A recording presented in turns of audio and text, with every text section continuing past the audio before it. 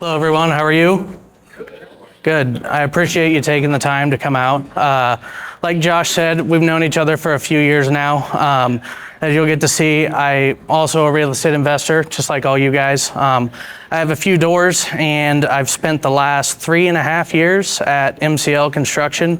I'm a pre-construction lead for them, and I'm a lead estimator for large commercial,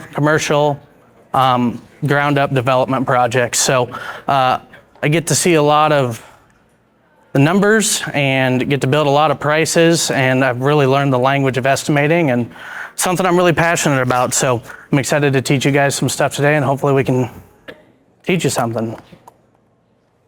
So a little bit about me. My portfolio, I have 11 flips and burrs. I've sold a few, kept a few, really enjoy real estate investing. It truly is my passion. I'm a pre-con lead at MCL. We are an E&R top 400 contractor. Last year we ranked 372 in the nation. So it's a really awesome company. We're locally owned in Omaha. The owner's from Omaha. He started it in 1987. It truly is an awesome firm. A little bit more about me. I do own a business here locally, a pest control business. I thoroughly enjoy it, and I'm hoping to grow into a full-time occupation. But until then, it is a side endeavor for me. I own, like I said, a few rentals. I own about, I think, 5 rentals. And I'm passionate about the intersection of construction and real estate investing and construction management. So a few of my projects in my portfolio, I've done a few car dealerships.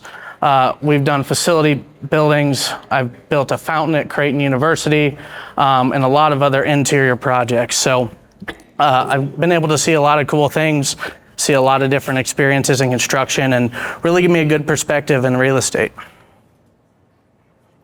So on today's agenda, I want this to be interactive for everyone. So I know construction estimating is a pretty tough topic.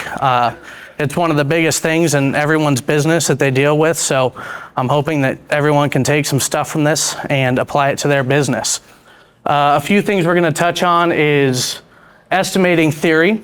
We're going to dive into the general conditions of an estimate, direct costs of an estimate, indirect costs, and managing cost control.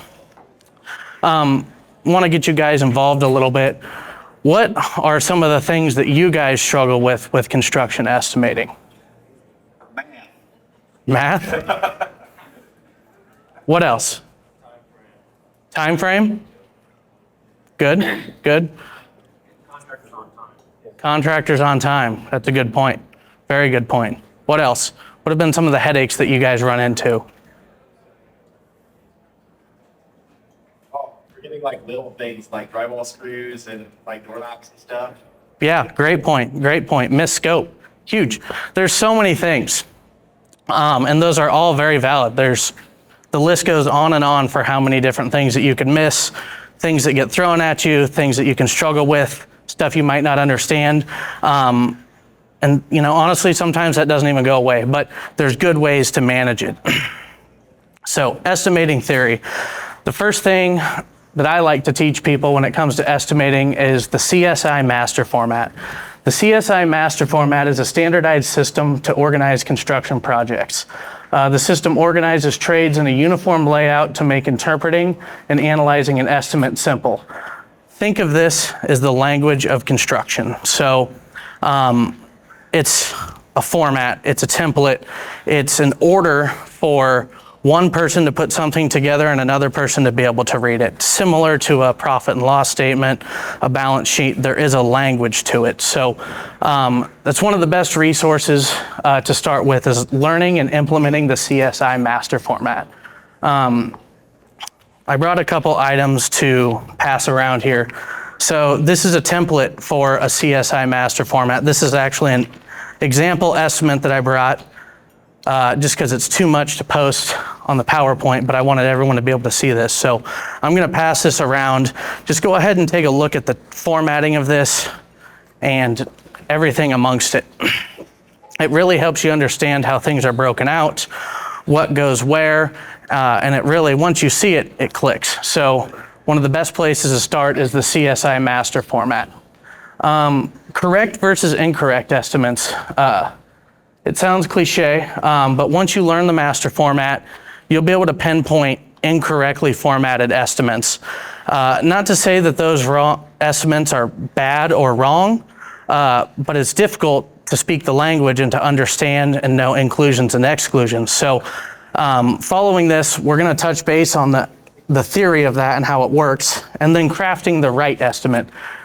Learning how to leverage the correct resources to build the right estimate for your project. So there's ways that we determine even though it is a complete estimate, it might not be the right estimate, etc. So we're going to dive into some things that determine what make an estimate the right estimate or the wrong estimate.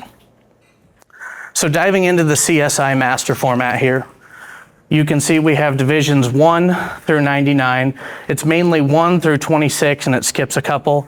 I'm not really sure why, but it does. So you can see we have general requirements, existing conditions, concrete, masonry, metals, woods and plastics, etc. Jump down to division 20, you have mechanical combined, fire suppression, plumbing, HVAC, electrical, etc. So seeing how this lays out, you can truly understand how the groupings work. I'm sure that most of you can look at this and get a pretty basic understanding of that and know generally what goes where. So the master format helps with consistency, it helps with efficiency, it helps with clarity, and it helps with compliance. Lots of commercial developers in town utilize this platform. Architects and engineers utilize the platform. It truly is the language, and once you learn it and implement it, it'll make reviewing estimates a lot easier and more understandable for you guys. All right, I want to touch base on correct versus incorrect estimates. We'll start with the incorrects first. This is just a few items. If you guys have anything you want to add that has burnt you in the past on an incorrect estimate, please speak up. One of the first things, it does not follow the master format. It's usually unorganized, scopes are combined, it's not clear, it doesn't make sense. Again, I brought another document to pass around. This is an example of an estimate. There's many markups on here from me, but there's also stuff I didn't mark up.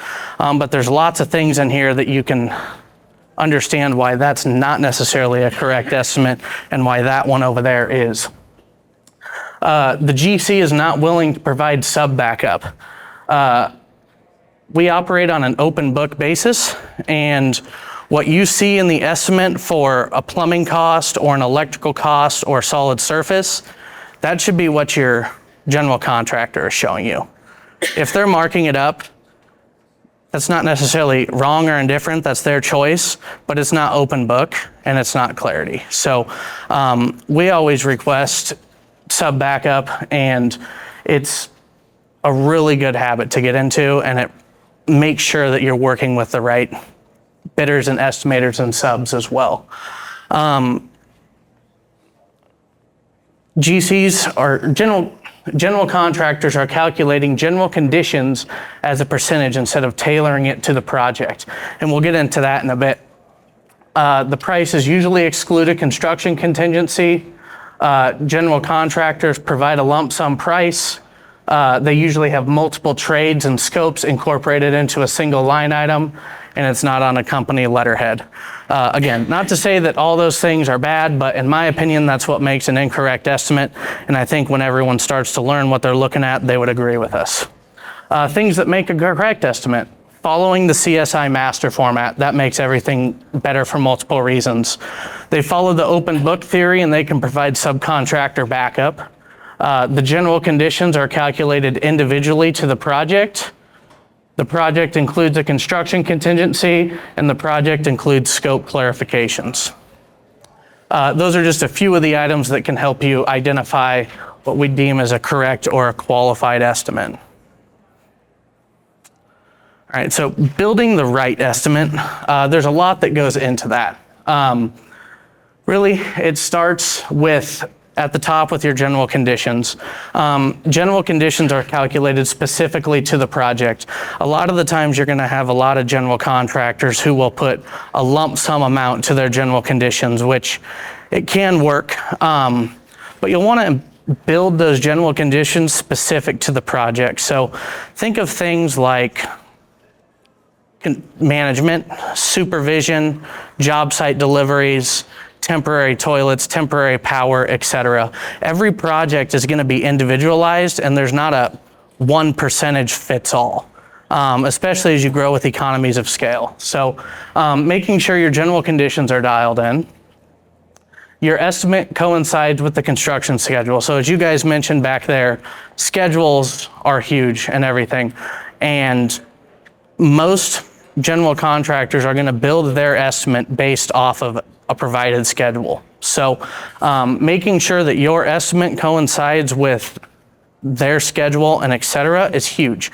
Because if they're on a different page than you, it's going to get everything off on an incorrect start, and it's going to start with the estimate. So making sure that the estimate and the schedule are neck and neck is a huge piece. Working with the right subcontractors. We touch on this a lot at work, and it's truly, there is a right sub for every project. You have commercial guys who are only good on commercial. You have residential guys who are only good on residential. You have big residential. You have small residential. Every project you guys do is going to be different. So really reviewing the project, understanding what size the project is, and making sure that you're selecting the right subcontractor for that scope and that particular project. And that's, I mean, as much as you would love to work with the same guy over and over, if you do have a good pattern with them, that's awesome, but sometimes they're not the right fit, and that's not necessarily a bad thing that they're performing incorrectly. It might be too big of a scope. They might have too big of a backlog. There's so many factors that could go into it. So when leading up to it, one thing, a part of having the right estimate is including having the right subs. The estimate includes appropriate labor based on the scope. So rolling through your estimates, making sure that every single scope is accounted for and labor is appropriate for that. If you have a really fast project that's going to take a lot more management than a longer one, you need to make sure you have labor according to that. If you're going to have really bad weather coming in, you have to make sure you have labor according to that, et cetera. So looking at the labor aspect and making sure that your project is going to be staffed correctly is huge. The estimate includes the complete scope and complete correct materials. So making sure that your scope is complete, making sure that every division in the CSI master format that applies to your project is picked up in their estimate is huge. That's on you to review. So when you're reviewing estimates, you're going to want to be going through and knowing what your project includes and what it doesn't include. And that comes down to product specifications and all the materials on the job. So one area where subs can deviate is including, products that are similar, but maybe not exactly what you specified, or they didn't include the right products at all. And that's huge. And that's where products or projects and estimates can start to vary, is on the different products and different specifications and different selections. Clarity on owner versus contractor responsibilities. So think things like temporary power, temp water, temporary bathrooms, et cetera. Things that either you as an investor could cover the costs on, or sometimes contractors cover the cost on, depending on the project. But that's an easy finger pointing category for people and contractors to say they didn't have that cost included when you may have assumed that, or vice versa. So it's really good to keep your eyes on it and understand what utilities and what responsibilities are on the owner versus the contractor. And then the final one would be scope gaps are defined and accounted for. So as you mentioned, with missing screws, missing doorknobs, whatever it may be, I almost recommend sitting down and creating a scope list of all those items that you know apply, and that's going to be a part of your planning process, but making sure that you have all of those accounted for. And when you have the template from the CSI master format, there are buckets in there where you can apply that. So that's huge, and that can be a huge killer that eats up through a budget right away. All right, so diving into general conditions. General conditions are going to be the first part of our estimates. This is everything on the project that you don't get to see. So general conditions are the indirect costs required to manage and complete a construction project that you do not see. Examples of general conditions are going to be management. They're going to be job site and material deliveries, temporary toilets, office supplies, project management software, production of construction drawings and documents, temporary enclosures, temporary protection, employee parking, interim cleanups, final cleans, etc. So this is everything that you don't see that it takes. And this is where a lot of companies mess up, because they're going to put a general percentage to cover this. And again, while that might work, it doesn't always work. And some examples of that would be, temporary protection. I'm sure that you guys have came across a house that, maybe the basement's dated, but everything upstairs is good, etc. If you're going to have a ton of temporary protection in there, that could really eat up through a budget, whether it's floor coverings, whether it's covering existing countertops and kitchens, etc. So every project is going to have different requirements for what you might be leaving in place and what you're getting rid of. So building budgets for your temporary protection or your temporary enclosures specific to the project really make sure you can hone in on that, mainly so you don't over budget nor under budget. Things like interim cleanup, keeping our job sites and projects clean, keeping them safe. Final cleans, is your project massive apartment building? Is it a small house? Is it a really nice house? What are those levels, and how much are these different components going to cost? So that's where I think a lot of companies get off onto the wrong foot from the start, is not individually customizing this to the project. So yes, it's one of the biggest deltas amongst all the bidders. Their rates influence these general conditions. These general conditions are schedule driven, so the longer your schedule is, the bigger your general conditions are, etc. So if you guys can control the schedule and drive down your schedule time, that should drive down your general condition costs. So again, general conditions are a great place to start when reviewing sub bids, to see, where are they at, what percentage are they running, what is included in these general conditions, and are these the right general conditions for our project. Direct costs. So direct costs are going to be things like demolition, concrete, masonry, metals, woods and plastics, thermal and moisture protection, etc. So direct costs are the expenses that can be directly attributed to a construction project, and those costs are going to be subcontractor services, materials, equipment, tool rental, as well as placeholders and allowances.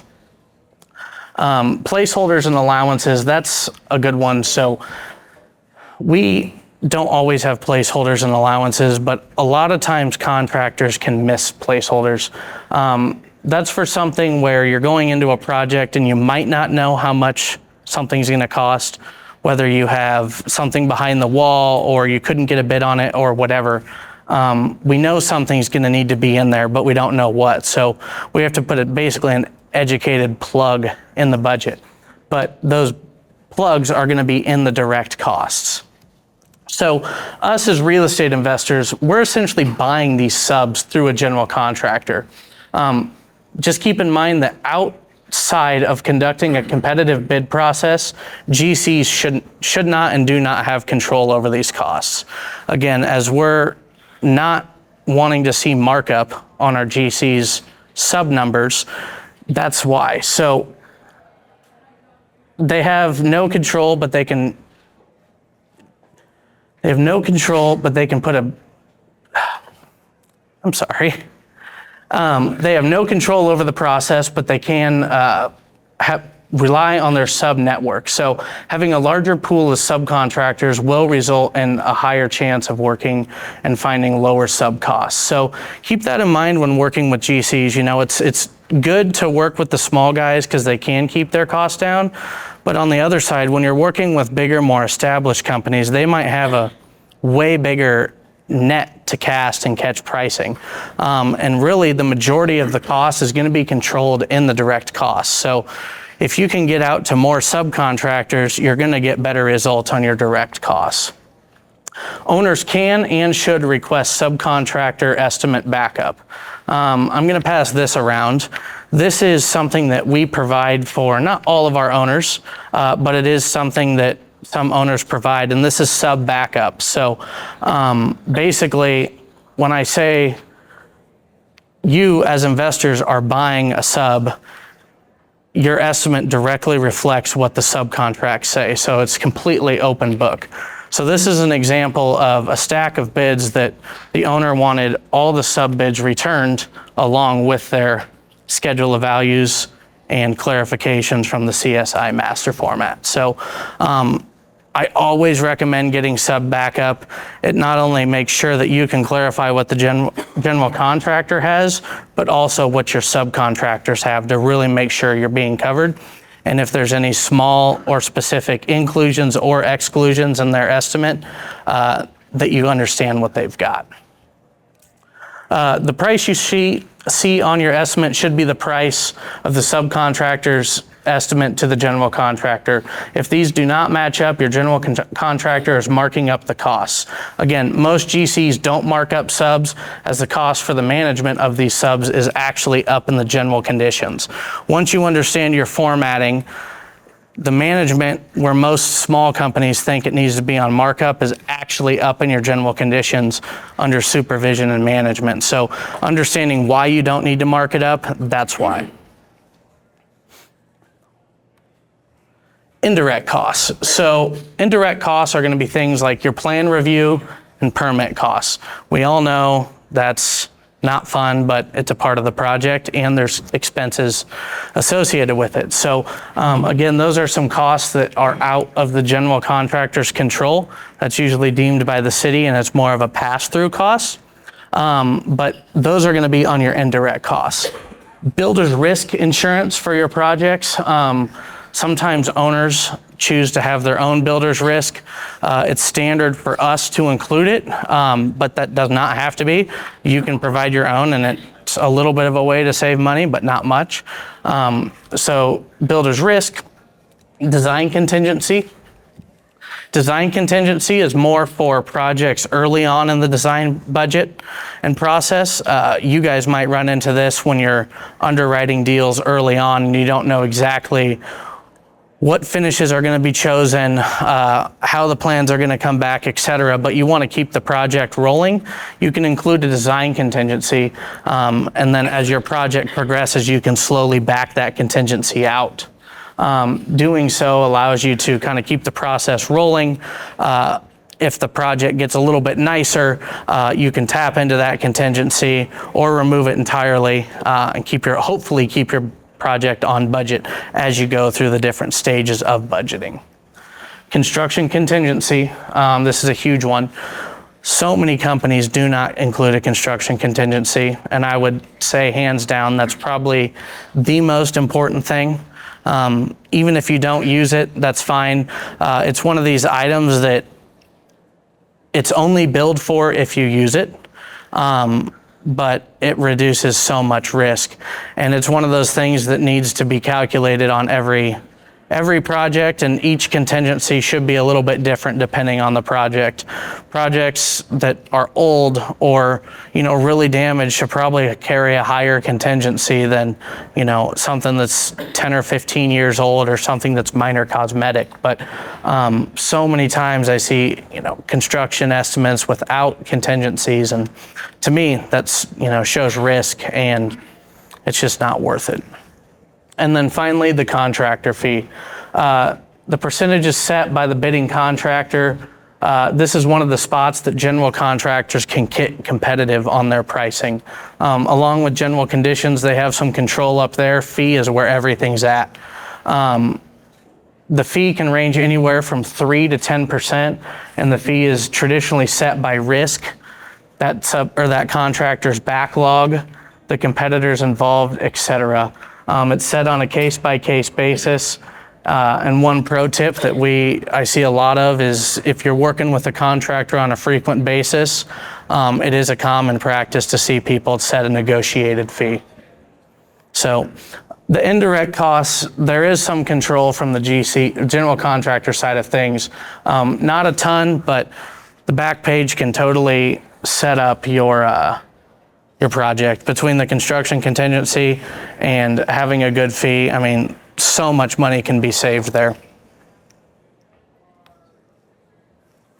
Any questions so far? I feel like I'm just flying through this.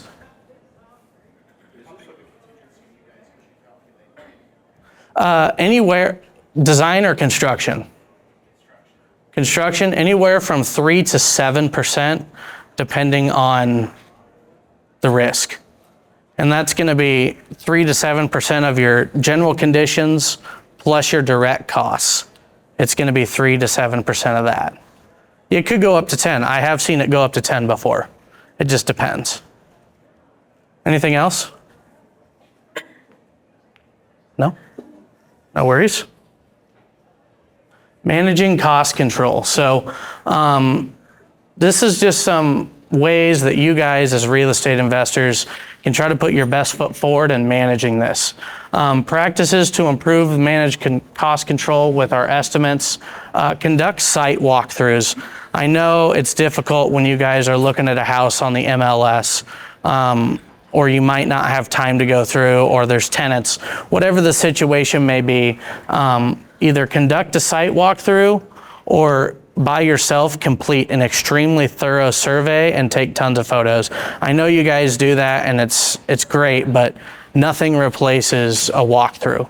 So that is one activity that you guys can put forth and do, and you're gonna remove so many unknowns, so many plugs in your estimates from your subs because you gave them clarity on what they're working with and where they're working. Provide subs a project schedule. So as you guys mentioned earlier, schedules are huge. You and your contractor may have different opinions on what the project should look like. And it's huge. It drives your general conditions. There's an aspect of it that sets your fee. There's so many things that a schedule are tied to with your estimates. So it's critical that you guys as investors develop a life cycle project schedule and you share that with the contractors so they can be on the right page, have their general conditions set accordingly, and have their expectations set off the right foot on the front. Longer schedules are easier for contractors, and people, they always want to drag projects out. I'm sure all of you have seen that. So not only can you take initiative by providing your own schedule, but you can also lock in pricing and make sure that you're accurate, and you can't have contractors coming back to you saying this is taking way longer than they expected, or it's not taking long enough, etc. Provide product specifications to your bidders when possible. This is really diving into the nuts and bolts of it, but when you identify what trades you're gonna have on a project, it's good to create what we call a spec book, but essentially provide a spec book to all of your bidders for each individual trade so they know exactly what to bid. Whether that's going to be a certain type of stone if you have masonry work, whether that's going to be a certain type of shingle if you have roofing, whether that's going to be a certain type of cabinet. As I mentioned earlier, there's so many ways that people can price things and not have accurate takeoffs, or not have an equal takeoff, or having something completely different, or they're just pricing what they think you want. Giving a spec book gives them exactly what they need to price. They can go straight to the vendors, get what they need, and it's exactly what you want. And that's a place that you need to be looking in these estimates. If you're not going to provide that, you need to be reviewing these specifications that people are including in their estimates, because it could be wildly different than what you're expecting. Create a detailed scope of work for both internal use and external bidding contractors. So again, we do what's called a scope sheet, and it's basically every individual trade that we have to bring on gets a scope sheet created. And that scope sheet's where we're keeping track of those nails and fasteners, where we're keeping track of those small scope gaps that might get missed, or the one-off things that you see on this project that you've never seen before. We're keeping all that detailed, and we're using it to review proposals, and we're sending that out to the subs so they understand the scope of work. Again, when you see prices come in from these subs and they're all over the place, it doesn't necessarily mean one contractor is substantially better than the other. It just means they're usually probably missing something, or they didn't provide the correct product. That's usually what it boils down to. Creating a project narrative. Providing a narrative to subs, believe it or not, you wouldn't think it's helpful. It's huge. Letting these subs know what you're doing in the house, what you're trying to accomplish, and kind of the game plan. It can be verbal, you can have some renderings, it can be typed out, but give all your subs a narrative. You'd be blown away by all of the small scope gaps and little minor things that subs could pinpoint that could become an issue that they can catch with a narrative. So anytime you can provide a narrative to your subs, it's going to be huge. It's another resource. I think of it just like a construction document. It's as valuable as specs. It's as valuable as plans. A narrative and your schedule a narrative is a huge driver. Owner requirements. So implementing good owner requirements into your practice is an awesome strategy. Again, requiring sub backup from all of your from your GC on all of your subs. Getting a standard estimate formatting. So maybe implementing some kind of template similar to the one that's going around to have all your contractors submit their estimate on that bid form, broken out accordingly from you. And clarifications. With every estimate I send out a detailed clarification breakout that follows the SOV on the front side. So making sure these general contractors are filling these out for you gives you all the tools you might need, and it has them set it up accordingly so you can have a totally fair apples to apples bid process. Just think of it as a tool in your tool belt, except it's an estimating tool in your estimating tool belt. Understanding your contractor's rates. Rates influence everything. I think we can all agree that we'd like to think that rates, should be lower with a smaller guy, and maybe, the higher, bigger guys are a little bit more expensive.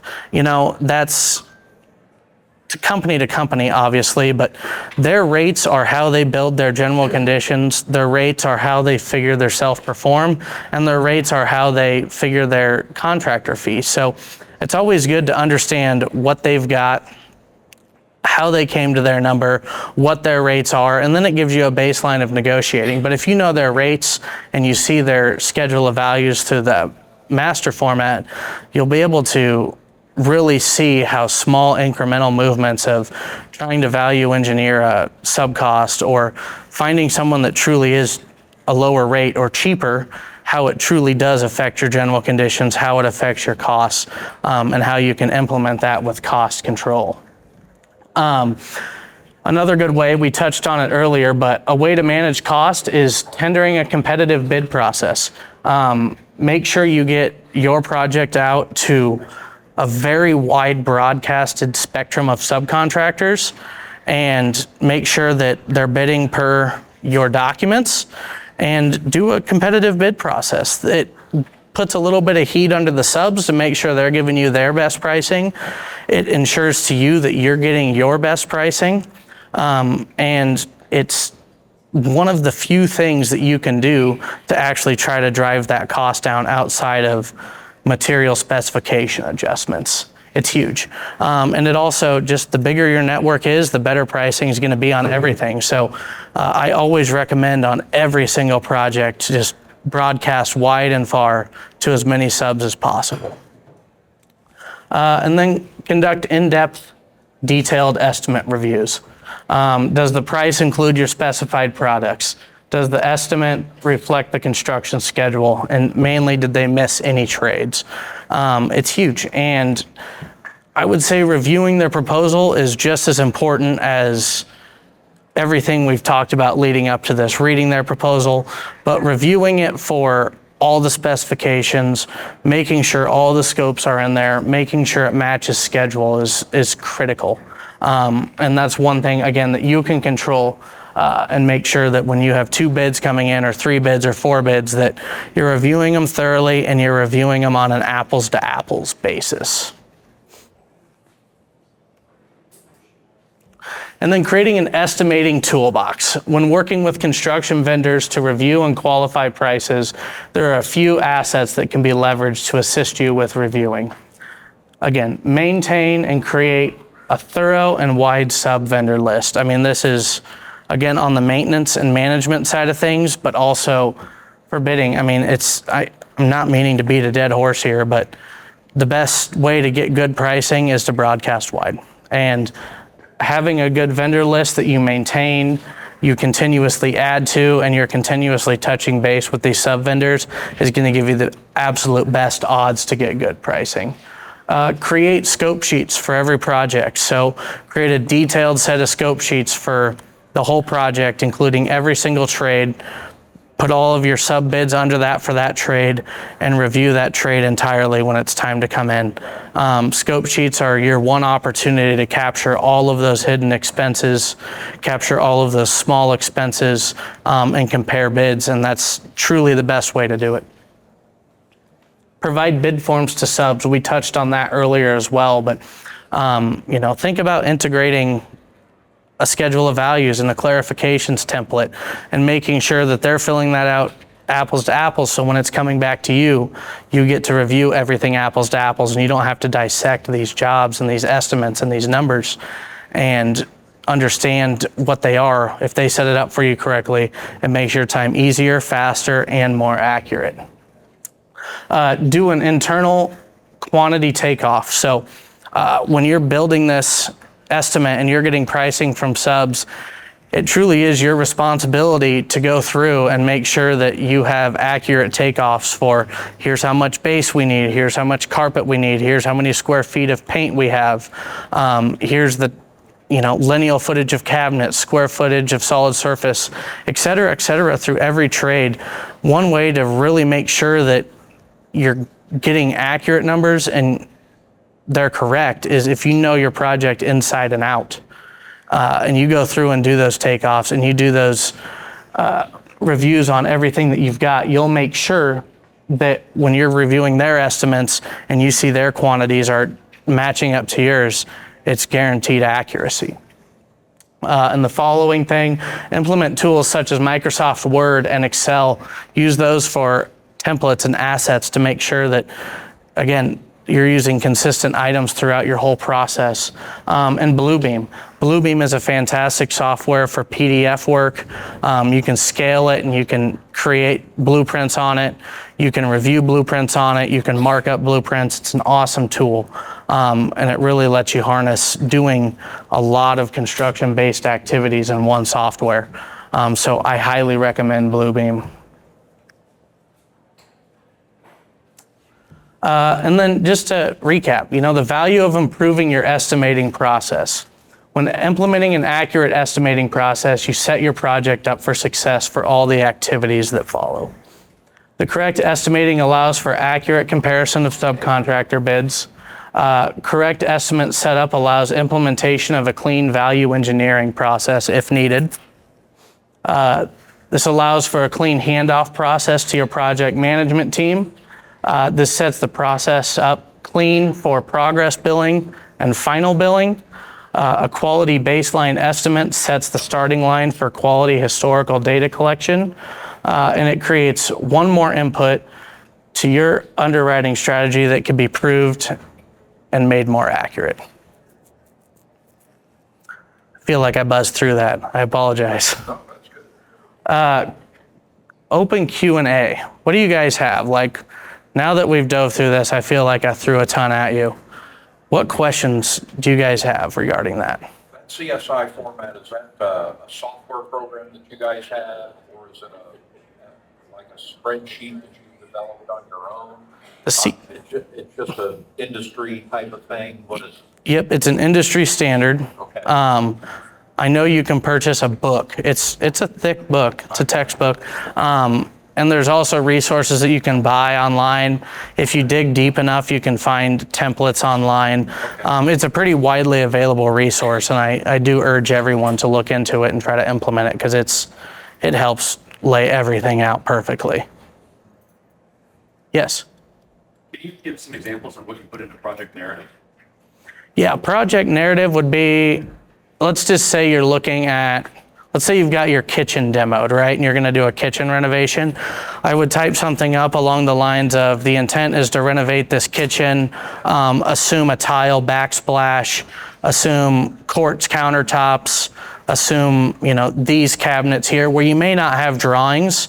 You may have them coming, you may not be putting them in, but it kind of paints the picture for what it may be. So like assume 2 dishwashers, whatever it may be, it's an informal but also formal way of painting the picture and telling them what they're gonna be doing. Any others? How long does this take to put together? It just depends on the size and scope of the project, but I would say anywhere from, there's a little bit of front-loaded work, getting your bid list put together, making sure you're getting it out to the right subs. So there's the aspect of that's probably 4 hours on the front end. Then you tender usually a 2 to 2.5 week bid process. With technology, email, online plan reviews, we can maybe pull that down to 2 weeks. Just because tech makes it easier. And then once you get all your sub bids in and you have all your resources you need to build the estimate, I would say another 2.5 to 3 days to review sub bids, make your selections, build your estimate, and then draft your estimate is probably a 3-week process start to finish. And that's for a relatively large project.